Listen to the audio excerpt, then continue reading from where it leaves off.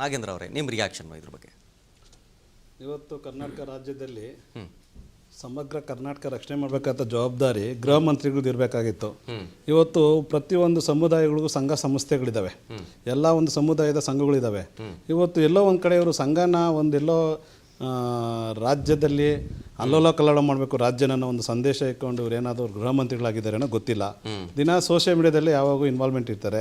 Social ಮೀಡಿಯಾದಲ್ಲಿ ಪರ ವಿರೋಧಗಳು ಇದ್ದೇ ಇರುತ್ತೆ. ಆದರೆ ವಿರೋಧ ಬಂದಿದ ತಕ್ಷಣ ಅವ್ರು ಅರೆಸ್ಟ್ ಮಾಡೋಂಥ ಸಂಗತಿಗಳು ನೋಡ್ತಾ ಇದ್ದೀವಿ. ಇವತ್ತು ನಮ್ಮ ಪ್ರಶ್ನೆ ಇರೋದು, ಗೃಹ ಮಂತ್ರಿಗಳು 7 ಕೋಟಿ ಜನಕ್ಕೆ ಇವರು ಗೃಹ ಮಂತ್ರಿಗಳು ಯಾವುದೋ ಒಂದು ಸಂಘನ ಟಾರ್ಗೆಟ್ ಮಾಡ್ಕೊಂಡು ಸಂಘದ ವಿಚಾರವಾಗಿ ಇವ್ರು ಮಾತಾಡ್ತಿರೋದು ಎಲ್ಲೋ ಒಂದು ಕಡೆ ಇವತ್ತು ಕರ್ನಾಟಕದ ಕನ್ನಡಿಗರಿಗೆಲ್ಗೋ ಒಂದು ಕಡೆ ಮಾಡ್ತಾರಂಥ ದ್ರೋಹ ಅಂತ ಕಾಣಿಸ್ತಿದೆ. ಇವತ್ತು ಕರ್ನಾಟಕದಲ್ಲಿ ಜ್ವಲಂತ ಸಮಸ್ಯೆಗಳು ಹೋಮ್ ಡಿಪಾರ್ಟ್ಮೆಂಟಲ್ಲಿ ಎಷ್ಟಿದೆ ಅಂದರೆ, ಪೊಲೀಸ್ ಡಿಪಾರ್ಟ್ಮೆಂಟಲ್ಲೇ ಅಧಿಕಾರಿಗಳಿಗೆ ಕಿರುಕುಳ ಇದೆ. ಅಲ್ಲಿ ಸರಿಯಾಗಿ ಸಾಕ್ಷಿಗಳು ಕೊಡ್ತಾ ಇಲ್ಲ, ವಾಕಿ ಟಾಕಿಗಳು ಕೊಡ್ತಾ ಇಲ್ಲ. ಸುಮಾರು ಗಂಟೆಗಳ ಕಾಲ ಪೊಲೀಸ್ ಅಧಿಕಾರಿಗಳ ಜೊತೆ ಮೀಟಿಂಗ್ ಕೂಡ ಮಾಡಿದ್ರು. ಭ್ರಷ್ಟ ಪೊಲೀಸ್ ಅಧಿಕಾರಿಗಳು ಅಂತ ಕಂಡು ಬಂದ್ರೆ ಅವ್ರು ಇಮಿಡಿಯೇಟ್ ಆಗಿ ನಾವು ಟರ್ಮಿನೇಟ್ ಮಾಡ್ಬಿಡ್ತೀವಿ ಅನ್ನೋ ಎಚ್ಚರಿಕೆನೂ ಕೊಟ್ರಪ್ಪ ಖರ್ಗೆ ಅವರು. ಅದೇ ಬಂದು ಇನ್ನೂ ಒಂದು 3 days ಆಗಿಲ್ಲ ಡಿಪಾರ್ಟ್ಮೆಂಟ್ಗೆ. ಇನ್ನೂ ಸರಿಯಾಗಿ ಸಮಗ್ರ ಕರ್ನಾಟಕದ ಎಷ್ಟೆಷ್ಟು ಪೊಲೀಸ್ ಸ್ಟೇಷನ್ಗಳು ಠಾಣೆಗಳಿದ್ದಾವೆ, ಅಲ್ಲಿರೋ ಪೊಲೀಸ್ ಡಿಪಾರ್ಟ್ಮೆಂಟ್ ಅಧಿಕಾರಿಗಳ ಕಿರುಕುಳಗಳೇನು.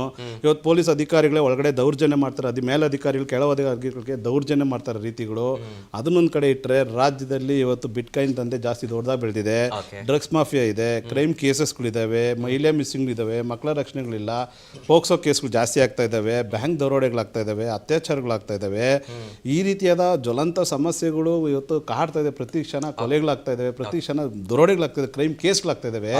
ಇದ್ರ ಬಗ್ಗೆ ಇವರು ಜವಾಬ್ದಾರಿ ಸ್ಥಾನದಲ್ಲಿ ಕುತ್ಕೊಂಡು ಗೃಹ ಮಂತ್ರಿಗಳು ಇದ್ರ ಬಗ್ಗೆ ಏನಾದರೂ ಒಂದು ತೀಕ್ಷ್ಣವಾದ ಕ್ರಮ ತಗೋಬೇಕಾಯ್ತು.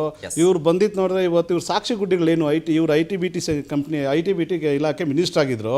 ಅಲ್ಲಿ ಏನೇನು ಸಾಕ್ಷಿಗಳು ಉಳಿಸಿದ್ದಾರೆ, ಎಷ್ಟು ಕಂಪ್ನಿಗಳು ತಂದು ಡೆವಲಪ್ಮೆಂಟ್ ಮಾಡಿದ್ದಾರೆ, ಎಷ್ಟು ಉದ್ಯೋಗಗಳು ಸೃಷ್ಟಿ ಮಾಡಿದ್ದಾರೆ, ಎಷ್ಟು ಇಂಟರ್ನ್ಯಾಷನಲ್ ಕಂಪ್ನಿಗಳು ತಂದು ಕರ್ನಾಟಕದಲ್ಲಿ ಡೆವಲಪ್ಮೆಂಟ್ ಮಾಡಿ ಉದ್ಯೋಗ ಸೃಷ್ಟಿ ಮಾಡಿ ಡೆವಲಪ್ಮೆಂಟ್ ಮಾಡಿದ್ದಾರೆ.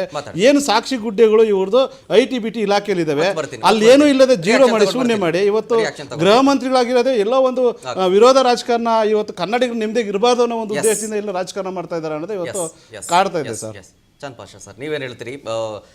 ಒಂದು ಕಡೆ ಡಿ ಕೆ ಅಧಿಕಾರಕ್ಕೆ ಬಂದ ನಂತರ ಡಿ ಕೆ ಸರ್ಕಾರ ಹಿಂದೂ ಸಂಘಟನೆಗಳನ್ನ ಟಾರ್ಗೆಟ್ ಮಾಡ್ಕೊಂಡು ಬರ್ತಾ ಇದೆ ಅನ್ನುವಂಥ ಮಾತಿನ ಜೊತೆಗೆ ಯಾಕೆ ಖರ್ಗೆ